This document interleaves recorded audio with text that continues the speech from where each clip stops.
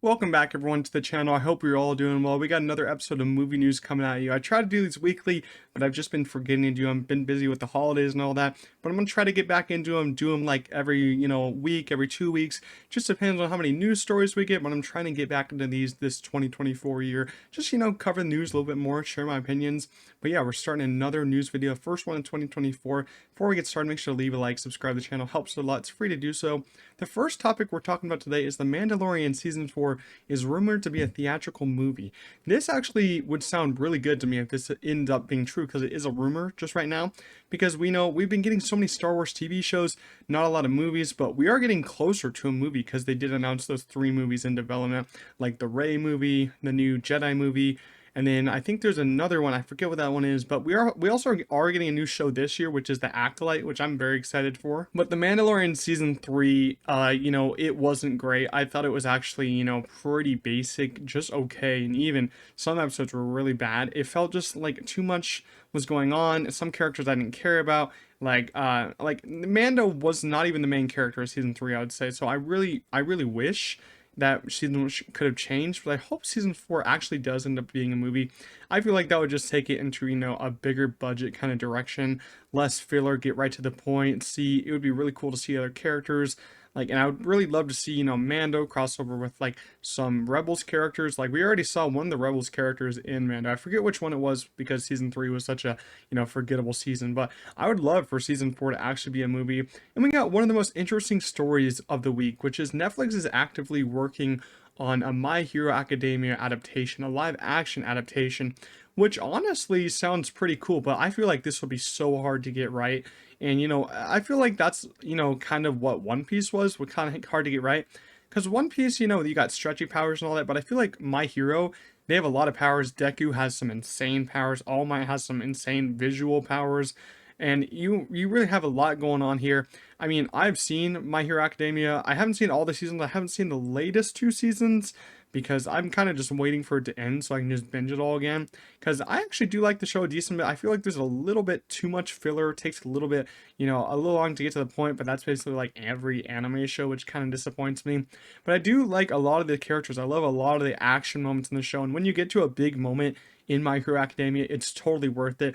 You get some incredible action. Deku is such a, amazing character. Went from someone who annoyed the hell out of me to someone that I actually care about. Sometimes he's still annoying in the later seasons, but I really do like this show. I like the 2 movies that they released, but them making it into live action seemed like it would be a really hard task. You gotta really get some good creators, gotta get some of the original creators of the anime and all that.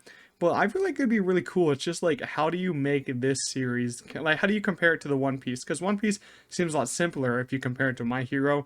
But I would actually be down for it. We got some interesting news. Disney is bringing back titles to Netflix in 2024. They're licensing out Hulu titles to Netflix. So basically, you'll get some Disney titles on your Netflix in 2024. We got some of the first ones on here. This Is Us is coming January 8th, which probably is already on there by the time I upload this because I think this video is coming out the 9th or the 10th. The Resident is coming March 4th. White Collar, April 1st, which I don't know that show. Archer, May 13th. I've actually heard good things. I might watch that. How I Met Your Mother, June 3rd. Lost, July 1st. I'm actually really interested to watch Lost. Prison Break, July 29th. Those are the first shows coming this year. I think they're going to do more in the second half of 2024. But a lot of these shows I'm actually very interested to watch. I haven't seen them all. And it's what's funny about all these shows, some of them were actually already on Netflix, but Disney, took them back when they basically had a streaming service in Hulu and all that, but they're now licensing out them again because, we've seen a lot of streaming services do this. Like, you can even look at Netflix right now. Warner Bros. Is giving Netflix, like, all the DC movies because Netflix is paying them. They're just doing that for extra money, which I kind of get it, but it just makes it so weird to have a streaming service not for, like, your own movies. Saw 11 has actually been announced for a September 27th, 2024 release. That just shows you how fast they can film a Saw movie because it's so cheap to make. I forget how much Saw 10's budget was. I think it was like 15 to 20 million. I think if you want to go a little bit higher, I'd say 30 million max, but 15 million for the lowest. But they can make these movies for so cheap. They can make them really fast because of how cheap they are. You don't need a lot of people on these sets. But I was not expecting it this fast. We're getting it this year already in September. I can't wait. If it's as good as Saw 10, I'll be happy. If it's greater than Saw 10, I'll be happy. But it's just cool to see a series going on for 11 movies, and even though most of them aren't great, it's interesting to see how they just kept going. And I will still watch it, if they got, if they got some of the main people still in there, some of the main creators still in there, I'll be here for it. Then we got an interesting Like news. you said. Blue Eye Samurai will return for season 2. We don't have a date yet because they just announced it. There's a lot of work that goes into this show. I have not seen it. It's on my list to watch it. It's one of the shows that I wasn't able to watch in 2023 because I just got really behind with a lot of stuff. I've heard a lot of great things from the show. I heard the animation great, heard the actions great. So I'm still gonna go watch this show when I do find time, but I'll probably catch up before season 2 because season 2 won't be coming for another, 2 to 3 years and all that. What if season 3 is actually already in the works? We've already seen some clips from episodes coming in season 3, so we should expect What If season 3, late this year, early next year. I think they actually make this show really fast. What If season 2, I never really gave you my thoughts. I thought it was better than season 1. It's one of those things where it's not really connected to the main universe, but the season finale does have some interesting connections to the Loki finale, if you've seen that. So I have fun with it. I don't think it really, connects to anything major. And it doesn't really mean too much to me, but I do kind of have fun with the what if features. But I think they could go farther into this what if kind of stuff if they wanted to. They're just playing it really safe for now. Dune Part 2's of runtime is reportedly being 2 hours and 46 minutes long. This is just a dream come true for me. Another very long movie coming in 2024. And Dune Part 2, I would say it needs the runtime because I've now finished the book. The second half of the book is pretty dense. I mean, not as dense as the first half of the book because there was a lot to learn about, the worlds, the characters, the spice, and all that. But the second half of the book has some time jumps and all that. You do meet some new interesting characters, and you do see there's so many battle scenes happen in the second half of the book. And seeing this, the second half of the book is going to be so interesting in a movie. Denis Villeneuve is not going to let us down. These 2 hours and 46 minutes are going to feel like nothing, just like the first one.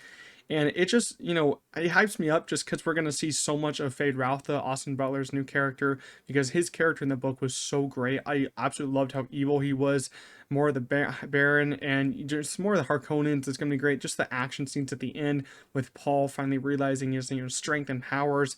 Just the sandworms. The sandworms in the book, the second half, were amazing. So this runtime is just absolutely brilliant. The more time you get in the theater, the more money, the more, well spent your money is, I would say. And I'm going to be watching that many times if it's as good as I think it's going to be, and I think it will be.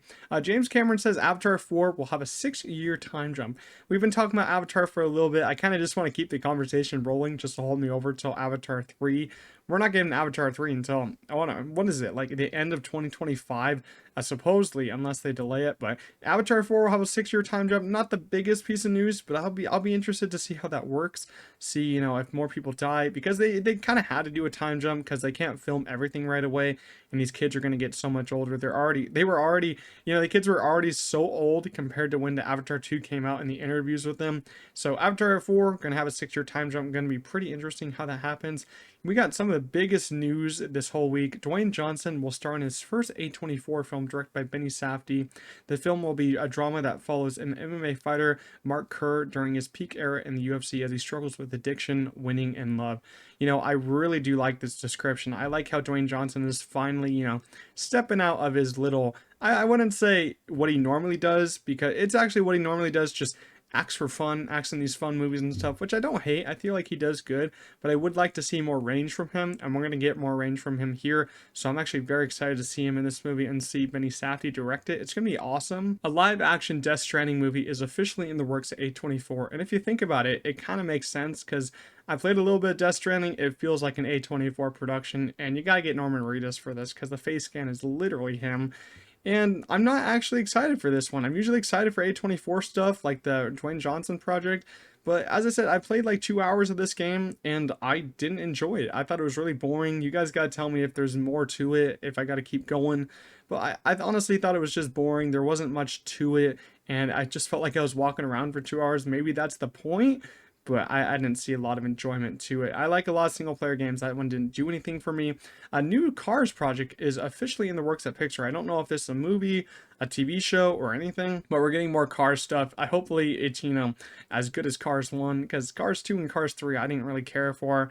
I do like the characters and the voices, but it's just, you know, it's if it's not like Cars 1, I'm not going to find too much enjoyment in it. Jack Black has officially joined the cast of the upcoming Minecraft movie. We have been seeing rumors about this floating around, but he's officially joined, and he's going to play the legendary character as Steve. I played Minecraft my whole entire childhood. That's like the game that really made me love video games in general. Played it on the PC, played it on the computer, I played on you know, Xbox, PlayStation. I still play it. It's like one of those games that will never leave me. It's one of those games that, you know, just meant a lot to me. One of those games where you meet a lot of friends and all that.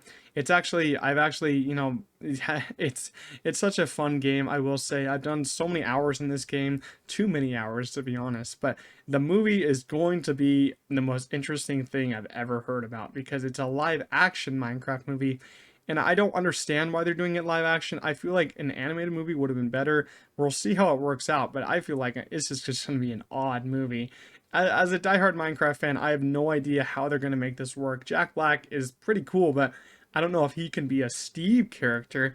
I don't even know what kind of story they're going for with this one. It's kind of all a mystery with this one. What's funny is that this Minecraft movie has been in the works for so many years. I think over 5 years. It was first in the work with Steve Carell, I think, but now he didn't get to do it, and so now Jack Black is doing it.